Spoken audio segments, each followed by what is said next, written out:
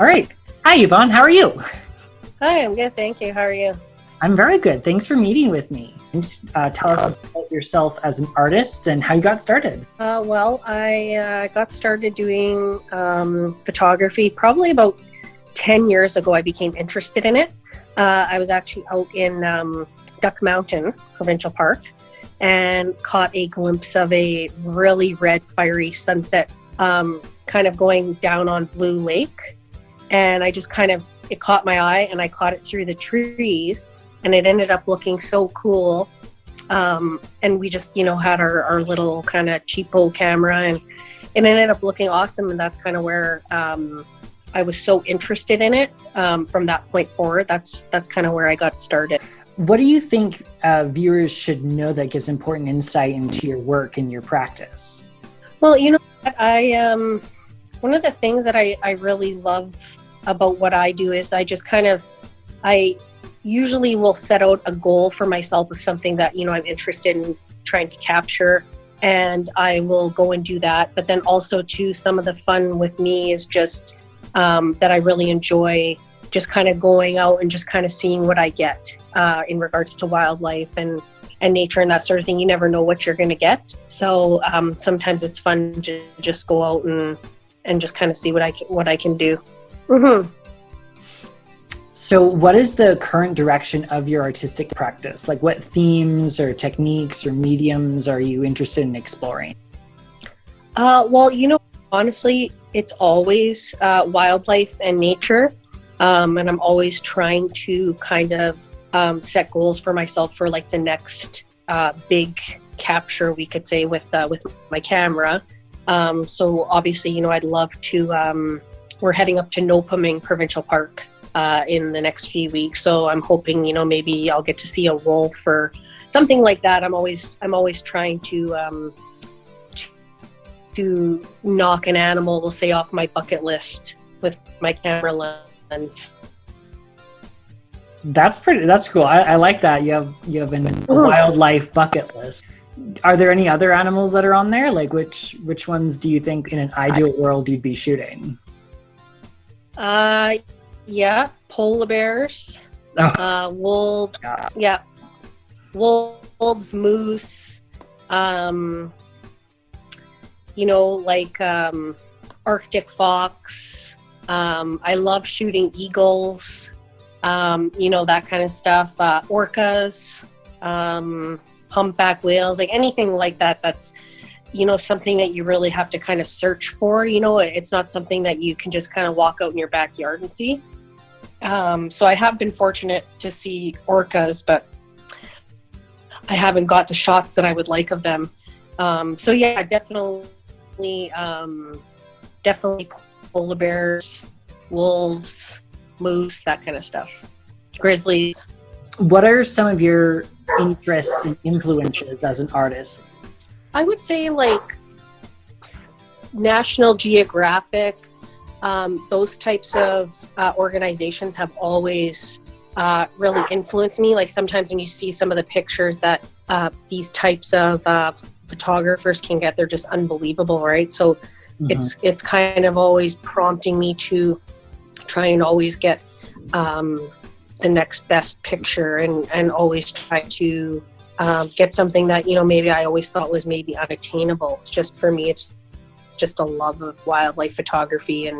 And when you see these people out there who get to do this for a living and are out in like some of the coolest places in the world shooting some of these pictures and stuff, it just kind of helps me set my goals higher. Would you mind telling me about like the process of your work? Like how does a wildlife photographer kind of get the shot, so to speak? Like what does a day of shooting involve? A lot of time it's just spending time, sometimes not really doing much. You got to kind of like research the area that you're going to and kind of, sometimes have a goal of, what you'd hope to see and, try to find out the areas where they might be. And it's almost like you're kind of stalking the wildlife, and I sometimes might pull over on the side of a dirt road and just wait and kind of see if anything comes out. And other times I'll get really lucky and just see something fly by or, that kind of thing. So just picking an area of the province that you might like to go to and wait and see what happens. So some days it's kind of take it as it comes, and other days it's kind of more like you've kind of set out with a specific kind of goal in mind. Okay. Yeah.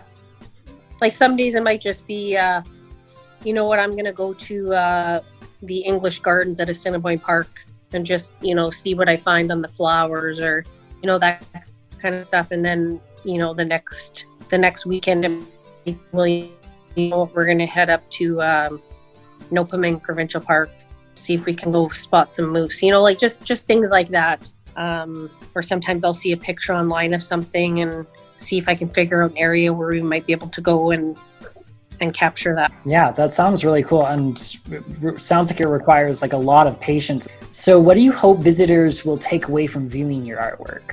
You know what, just enjoyment, or it might kind of jog memories of something, you know, like especially because a lot of my pictures, most of them have been taken right here in Manitoba. So a lot of times I just kind of hope that, like, I know if I was to go into, like, let's say on a little vacation somewhere in Manitoba, and I saw someone's photo up on the wall, and it reminded me of something that, let's say maybe from my childhood, or, oh, hey, I've been there, that kind of thing. What I love is that a lot of my pictures were taken that people can resonate with them, or, yeah. How has the pandemic affected you, both in general as well as in regard to your art making?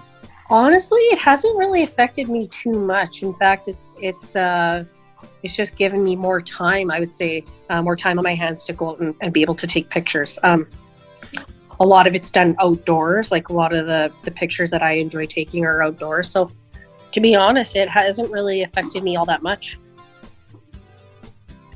Just more time.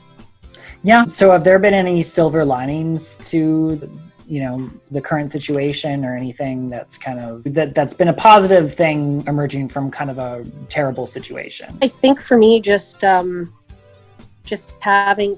that extra time, you know, and being able to spend more time with my family, going out to take pictures and stuff, and going for rides with my husband, and you know, like, hey, let's go for a ride here, and, you know, see what I can find, that kind of thing. So yeah, I definitely think that it's been good in that sense, you know, if that makes sense, from a bad situation. Yeah, absolutely. It's allowed me to explore more, you know. Absolutely. I mean, if there's one thing that, you know, good that can come out of it, it's, you know, it's having just that small period of reprieve and kind of freedom to kind of, you know, explore some of your creative outlets more freely, for sure. Yes. Well, thank you so much for meeting with me today.